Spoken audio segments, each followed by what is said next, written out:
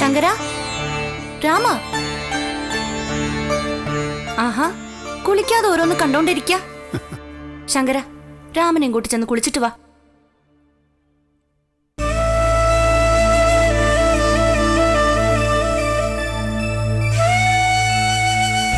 ഓ, അച്ഛനും മക്കളും കൂടി സമയം കൊല്ലാൻ ഒരുമ്പെട്ട് ഇറങ്ങിയിരിക്കുകയാണോ? ജയന്തി, നീ ഇത് കാണുന്നില്ലേ? ഞാൻ അമ്പലത്തിന്റെ രൂപഘടന ഉണ്ടാക്കുകയാണ്. ഇതെന്ത് ഭ്രാന്താണ് എന്റെ ഈശ്വര. ഇദ്ദേഹം അമ്പലത്തിന്റെ രൂപഘടന ഉണ്ടാക്കിക്കൊണ്ട് ചെന്ന അവിടെ തമ്പുരാന്മാര് അത് സ്വീകരിച്ച് ആ രൂപത്തിൽ അമ്പലം പണിയോ? ഇത് ഭഗവാൻ ഏൽപ്പിച്ച കർമ്മമല്ലേ ജയന്തി? അങ്ങനെ വരുമ്പോ ഇത് സ്വീകരിക്കാൻ ഭഗവാൻ തന്നെ അവർക്ക് മനസ്സ് വരുത്തില്ലേ? ഒരു സ്വപ്നത്തിന്റെ ബലത്തിലാണ് അങ്ങിതൊക്കെ പറയുന്നത്. അതൊരു സ്വപ്നത്തിനപ്പുറം ഭഗവാന്റെ നിയോഗമാണെന്ന് എങ്ങനെ വിശ്വസിക്കാനാവും? എനിക്കത് ഉറപ്പുണ്ട്. അത് ഒരു വെറും സ്വപ്നമല്ല, ഭഗവാന്റെ നിയോഗം തന്നെയാണ്. എന്റെ സങ്കല്പത്തിൽ പോലും ഉണ്ടായിട്ടില്ലാത്ത ദൃശ്യങ്ങളാണ് ഞാനന്ന് കണ്ടത്. അതൊരിക്കലും സ്വപ്നമല്ല. ശരി, അത് ഭഗവാന്റെ ലീലയായിരുന്നു എന്ന് തന്നെ അങ്ങ് വിശ്വസിച്ചോളൂ. അപ്പോഴും മറ്റൊരു കാര്യം അങ്ങ് ചിന്തിക്കുന്നില്ല. ഇവിടെ അമ്പലത്തിന്റെ ഭരണം നടത്തുന്നവർ അങ്ങയെ ആ ചുമതല ഏൽപ്പിക്കണമല്ലോ. അതെങ്ങനെ സംഭവിക്കും? അവരെങ്ങനെ അങ്ങയെ കണ്ടെത്തും? ജയന്തി, നീ എല്ലാം കാര്യകാരണ ബന്ധങ്ങൾ നിരത്തി സമർത്ഥിക്കാൻ നോക്കുകയാണ്. നമ്മുടെ മുറ്റത്ത് ഒട്ടേറെ ചെടികൾ വളരുന്നുണ്ട്. അവ പൂക്കുന്നു, കായ്ക്കുന്നു. ഇതൊക്കെ എങ്ങനെ സംഭവിക്കുന്നു? നമുക്കത് പറയാനാവുന്നില്ല. അതുപോലെ തന്നെയാണ് ഈ കാര്യം. ഞാൻ വീണ്ടും പറയുന്നു, ഭഗവാൻ ഇതിച്ഛിക്കുന്നുവെങ്കിൽ അതിനുള്ള വഴി ഭഗവാൻ തന്നെ തുറക്കും. അപ്പോൾ വേണമെങ്കിൽ നാട് വാഴുന്ന തമ്പുരാൻ എന്നെ തേടി ഇവിടെ വരും. അങ്ങേക്ക് അങ്ങനെ ഒരു വിശ്വാസം ഉണ്ടെങ്കിൽ അതങ്ങനെ തന്നെ സംഭവിക്കും. ഈശ്വര. ശങ്കര, അനിയനെയും കൂട്ടിച്ചെന്ന് കുളിക്ക്. ചെല്ല. എനിക്ക് കുടിക്കാൻ എന്തെങ്കിലും എടുക്കട്ടെ? ആവാം.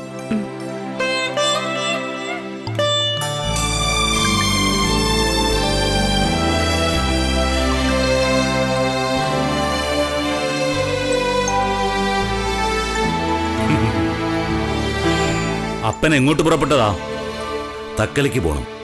അതിനു മുമ്പ് അമ്മാവനെ കണ്ട് കാര്യങ്ങൾ സംസാരിക്കാൻ ഇറങ്ങിയതാ. മാർത്താണ്ഡം പോയി. അത് പറയാൻ ഞാൻ അങ്ങോട്ട് വരികയായിരുന്നു. അമ്മാവനെ കണ്ടിരുന്നോ? എങ്ങോട്ടാ പോകുന്നെന്ന് പറഞ്ഞോ? എന്നെ കാണാനോ? ഹേയ്, എന്നെ കാണാനൊന്നും മാർത്താണ്ഡം വരില്ല. നെയ്യാറ്റിൻകര വഴി അനന്തപുരത്തേക്കാണ് പോയതെന്ന് തോന്നുന്നു. ഇനിയിപ്പോ പത്മനാഭസ്വാമി ക്ഷേത്രത്തിന്റെ ജീർണോദ്ധാരണമാണ് മുഖ്യകർമ്മം എന്നൊക്കെ പറഞ്ഞതായി കേട്ടു. നന്നായി. അവൻ പോയി ക്ഷേത്രം നവീകരിച്ച് ഭജനം ഇരിക്കട്ടെ. തങ്കയെ മോഹിക്കണ്ട. തലശ്ശേരി രാജകുമാരൻ തന്നെ തങ്കയ്ക്ക് പട്ടും പരിവട്ടവും കൊടുക്കട്ടെ. പക്ഷെ ആദിച്ച, ഇളമുറത്തമ്പുരാനായ തലശ്ശേരി രാജകുമാരന് അങ്ങനൊരു മോഹമുള്ളതായി നമുക്കറിയില്ലല്ലോ. പിന്നെങ്ങനെ ആ തമ്പുരാനുമായി തങ്കയ്ക്ക് പള്ളിക്കിട്ടുറപ്പിക്കും? ഇളമുറ തമ്പുരാന് തങ്കയോട് അങ്ങനൊരു മോഹമില്ലെങ്കിൽ ആ മോഹം നമ്മളായിട്ടുണ്ടാക്കണം. എട്ടും പൊട്ടും തിരിയാത്ത പ്രായം മുതൽ പരിജനവും പട്ടക്കാരും കേൾക്കെ പറഞ്ഞുറപ്പിക്കുകയല്ലായിരുന്നോ തങ്കം മാർത്താണ്ഡന്റേതാണെന്ന്? പിന്നെ ആർക്കെങ്കിലും മോഹം തോന്നിയാൽ തന്നെ അവരിത് പുറത്തു പറയൂ. അപ്പം പറഞ്ഞത് ശരിയാണ്. കിട്ടാക്കനിയിൽ മോഹം വെക്കേണ്ടെന്ന വിചാരം എല്ലാവർക്കും കാണും. തലശ്ശേരി രാജകുമാരനും അങ്ങനെ തന്നെ ചിന്തിച്ചിരിക്കും. എങ്കിൽ തലശ്ശേരി രാജകുമാരൻ അറിയണം ഇത് അദ്ദേഹത്തിന് വേണ്ടി സൂക്ഷിച്ചിരിക്കുന്ന കനിയാണെന്ന്. ഇനി അഥവാ അദ്ദേഹത്തിന് തങ്കയോടൊരു താല്പര്യമില്ലെങ്കിൽ അത് ഉണ്ടാക്കണോ അമ്മാവാ? അതിന് കൊച്ചുമറപ്പിള്ള അമ്മാവൻ തന്നെ മുൻകൈ എടുക്കണം. ഞാൻ എന്ത് മുൻകൈ എടുക്കാനാപ്പനെ?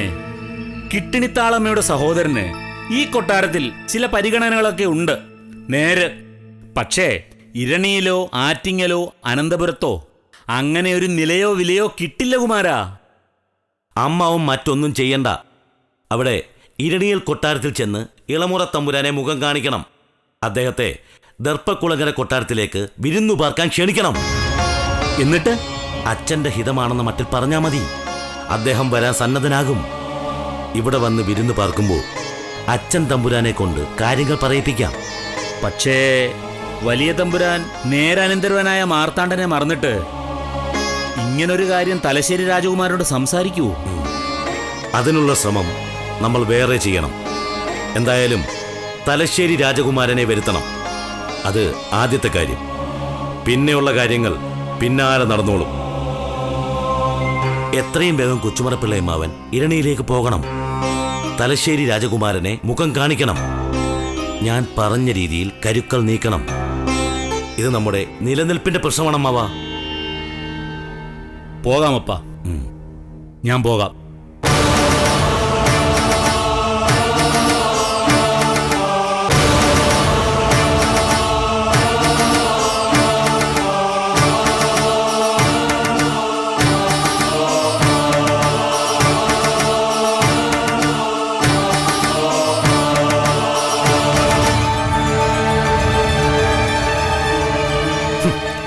മാർത്താണ്ഡൻ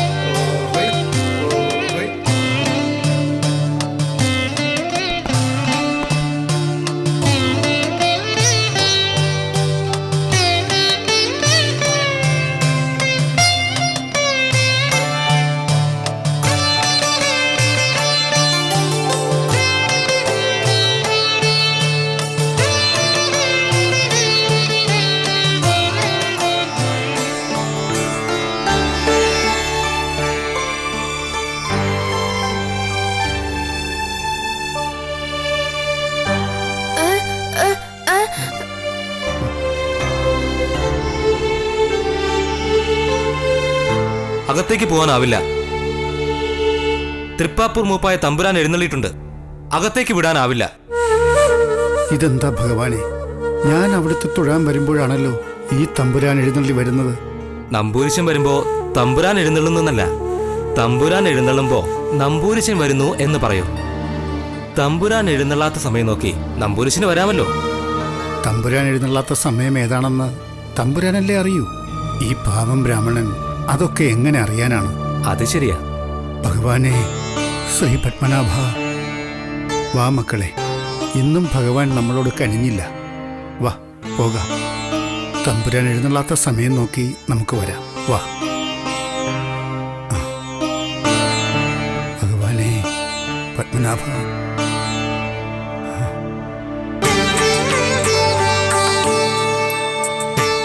ഭഗവാനെ, ശ്രീ പത്മനാഭ, അവിടുത്തെ ക്ഷേത്രകാര്യങ്ങൾ നിർവഹിക്കാൻ അടിയന് ശക്തി പകരണേ. ഭഗവാനെ, ശ്രീ പത്മനാഭ.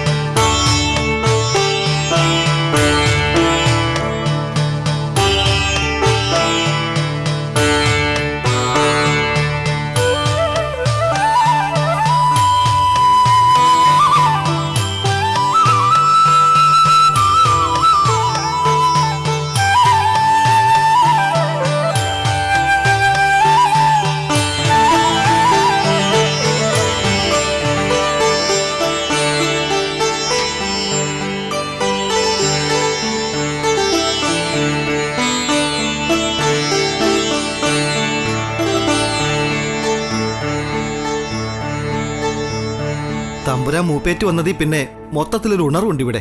ഏത് തമ്പുരാൻ? മാർത്താണ്ഡവർമ്മ തമ്പുരാനോ? അതെ അതെ, തമ്പുരാന് എല്ലാ കാര്യത്തിലും വളരെ ശ്രദ്ധയാ. കാര്യങ്ങൾ കേട്ടാ പെട്ടെന്ന് മനസ്സിലാവും. ശരിയായ കൽപ്പനകൾ കൊടുക്കും. നല്ലതാ, പക്ഷേ വലിയ പ്രയോജനമൊന്നുമില്ല. മൂത്താലും തൃപ്പാപ്പൂർ മൂപ്പ് വരെ. അതിന്റെ അപ്പുറത്തേക്കൊരു മൂപ്പുണ്ടല്ലോ, ചിറവാ മൂപ്പ്. ആ മൂപ്പിലേക്ക് ഈ ജന്മം തമ്പുരാൻ എത്താൻ പറ്റില്ല കുറുപ്പന്മാരെ. തലശ്ശേരി രാജകുമാരൻ കൊച്ചുരാമവർമ്മ തമ്പുരാൻ ഉണ്ടല്ലോ, ആ തമ്പുരാനല്ലേ മൂപ്പ്. ആ പിന്നെ ഇവിടെ ഭഗവാന്റെ കാര്യവും നോക്കി നിങ്ങൾ കുറുപ്പന്നോരെ എല്ലാരെയും ഭരിച്ചങ്ങനെ കഴിയാം, അത്ര തന്നെ. കരകുളത്ത് അദ്ദേഹത്തിന്റെ നാവിന് എല്ലില്ലെന്ന് എല്ലാവർക്കും അറിയാം. എന്ന് വെച്ച് രാജ്യദ്രോഹം പറഞ്ഞാലേ തല പോകും. ഈ കരകുളത്ത് പിള്ളയുടെ തലയെടുക്കാൻ പോകുന്ന വാള് ആരുടെ കയ്യിലാണാവോ? ഈ തല കൊയ്യാൻ വാളെടുക്കുന്നവൻ ഈ തല കൊയ്യും മുമ്പ് ഒരു 600 തലയെങ്കിലും കൊയ്യേണ്ടി വരും. അങ്ങനെ ആരെങ്കിലും പദ്ധതി ഇട്ടിട്ടുണ്ടെങ്കിൽ കാവൽക്കുറുപ്പ് അവരോട് പറഞ്ഞേക്കേ ഈ കാര്യം കൂടി. ഒന്ന് അടങ്ങെന്റെ കരകുളത്തദ്ദേഹം. ഞാനൊരു നേരം പോക്ക് പറഞ്ഞേനെ, ഇതേ ഇത്ര ക്ഷോഭിക്കണോ? ഒന്ന് അടങ്ങിയട്ടെ. തമ്പുരാൻ ക്ഷേത്ര ദർശനം കഴിഞ്ഞ് ഇപ്പൊ വരും. തമ്പുരാൻ എന്തിനാണ് മുഖം കാണിക്കാൻ കൽപ്പിച്ചത്? അതും കൊട്ടാരത്തിൽ ചെല്ലണ്ട, മതിലകത്ത് വന്നാൽ മതി എന്ന് പറഞ്ഞിരിക്കുന്നു. എനിക്കെന്താ കൊട്ടാരത്തിൽ ചെല്ലാൻ തീണ്ടലുണ്ടോ? തമ്പുരാൻ വിളിപ്പിച്ചത് ക്ഷേത്രകാര്യങ്ങൾ സംസാരിക്കാൻ വേണ്ടിയാവും അദ്ദേഹം. അതുകൊണ്ടായിരിക്കും മതിലകത്ത് വരാൻ പറഞ്ഞത്. അങ്ങനെ ആയാൽ നന്ന്.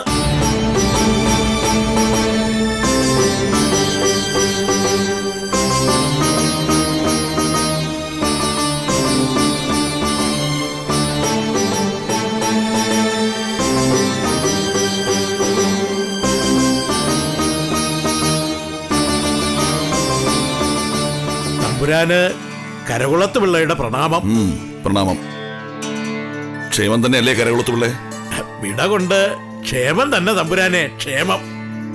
അല്ല, മുഖം കാണിക്കാൻ കൽപ്പിച്ചതായി അറിഞ്ഞു, അങ്ങനെ പോന്നതാണേ. നാം കുറിയോല കൊടുപ്പിച്ചിരുന്നു. കരകുളത്ത് പിള്ളയെ മാത്രമല്ല, വേണാട്ടിലെ മാടമ്പിപ്പിള്ളമാരെ എല്ലാവരെയും നാം കാണുന്നുണ്ട്. കൽപ്പിച്ച് വിഷയം അറിഞ്ഞാ വേണ്ടില്ല. വിഷയം ഈ ദേവാലയം തന്നെ. ഭൂമിദേവിക്കും ശ്രീദേവിക്കും ഒപ്പമുള്ള ഭഗവാനെയാണ് നമ്മളിവിടെ അഭിഷേകം ചെയ്ത് ആരാധിച്ചു വരുന്നത്. പക്ഷേ ശ്രീദേവി പടിയിറങ്ങി പോയിരിക്കുന്നു. ലക്ഷ്മി ഭഗവതിയെ തിരിച്ചു കൊണ്ടുവരണം. ക്ഷേത്രത്തിന്റെ ഐശ്വര്യം പുനഃസ്ഥാപിക്കണം. അതിന് നാം ചില നടപടികൾ ചിന്തിക്കുന്നുണ്ട്. കരകുളത്തുപിള്ളയുടെയും മറ്റു മാടമ്പിപ്പിള്ളമാരുടെയും സഹായം അതിന് അത്യാവശ്യമാണ്. ഭഗവാന്റെ കാര്യം തമ്പുരാന്റെ കൽപ്പന. അടിയനെ പിന്നോട്ട് നിൽക്കാനാവില്ലല്ലോ. കൽപ്പിച്ചാലും തമ്പുരാനെ, കരകുളത്ത് പിള്ള എന്തു ചെയ്യണം? കയ്യയച്ച് സംഭാവന നൽകണം. കണക്കുകൾ കാണിച്ച് ബോധ്യപ്പെടുത്തണം. പാട്ടപ്രമാണങ്ങൾ നവീകരിക്കണം. കരകുളത്ത് പിള്ള മാത്രമല്ല, ക്ഷേത്ര സമ്പത്തിൽ പാട്ടം കൊണ്ടിട്ടുള്ള 41 പിള്ളമാരും സഹകരിക്കണം. രോഗാദി ദുരിതങ്ങളെ ചേർത്ത് പ്രകൃതി പ്രതിഭാസങ്ങളെ നിലക്കി നിർത്തി വീണാടിനെ കാത്തിരുന്ന ഈ കുലവര ദേവതയ്ക്ക് ശക്തി പകരണം. അവിടുത്തെ ഇച്ഛ പോലെ. അതിനു വേണ്ടിയിട്ടുള്ള നിർമ്മാണ പ്രക്രിയ എത്രയും വേഗം ആരംഭിക്കണം. അത് മാത്രമാണ് ഇപ്പൊ നമ്മുടെ ചിന്താവിഷയം. ഇവിടത്തെ ഹിതം നടക്കും. അതിനടിയാൻ ആവും മട്ടിൽ സഹകരിക്കും തമ്പുരാനെ. അതുകൊണ്ട് നമ്മുടെ പ്രീതി മാത്രമല്ല, ഭഗവാന്റെ പ്രീതിയും ഉണ്ടാവും.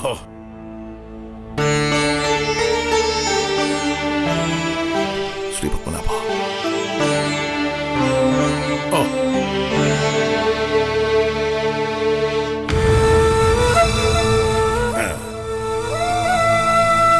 ഭഗവാനെ, ഇവിടെ എന്തൊക്കെയാണാവോ നടക്കാൻ പോകുന്നത്?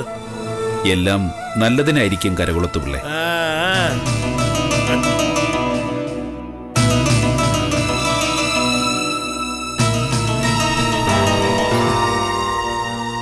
ഇനി എന്തിനാണ് അച്ഛൻ നമ്മളിവിടെ ഇരിക്കുന്നത്? നമുക്ക് പോകാം.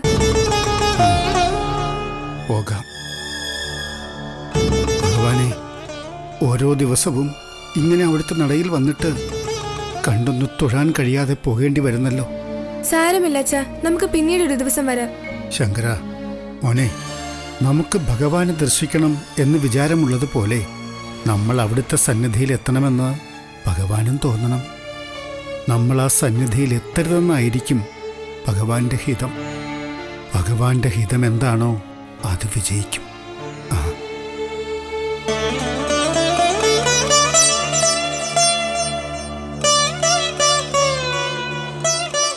ഭഗവാനെ, തൂണിലും തുരുമ്പിലും അങ്ങ് കുടികൊള്ളുന്നുവെന്നല്ലേ പറഞ്ഞു വച്ചിട്ടുള്ളത്? അതുകൊണ്ട് ഞാൻ അങ്ങയെ എല്ലായിടത്തും ദർശിക്കുന്നു, എല്ലായിടത്തും കൈവണങ്ങുന്നു. ഭഗവാനെ, ഭഗവാനെ. എണീക്കു മക്കളെ, നമുക്ക് പോകാം.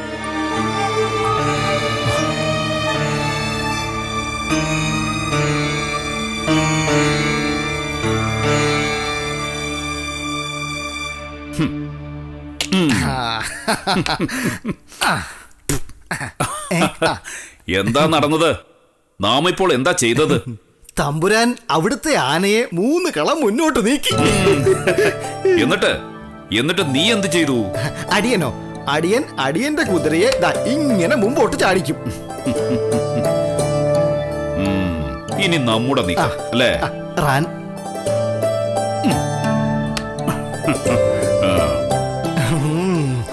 തമ്പുരാൻ അടിയന്റെ കുതിരയ്ക്ക് വെട്ടാൻ പാകത്തിലാണ് ആനയെ നീക്കിയത്. നമ്മുടെ ആന അവിടെ നിൽക്കും, തന്റെ കുതിര അതിനെ വെട്ടാതെ തിരിച്ചു പോയിക്കോളൂ.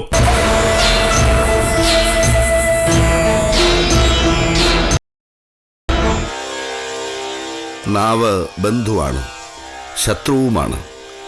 ശുഭകരമായി മൊഴിഞ്ഞാൽ അതിന് ദേവഗുണമാണ്, ഹിതകരമായി മൊഴിഞ്ഞാലും ശ്രേഷ്ഠമാണ്. പക്ഷേ ഹിതം പോലെ മൊഴിഞ്ഞാൽ അത് ചിലപ്പോൾ അസുരഗണത്തിലേക്ക് നയിക്കപ്പെടാം.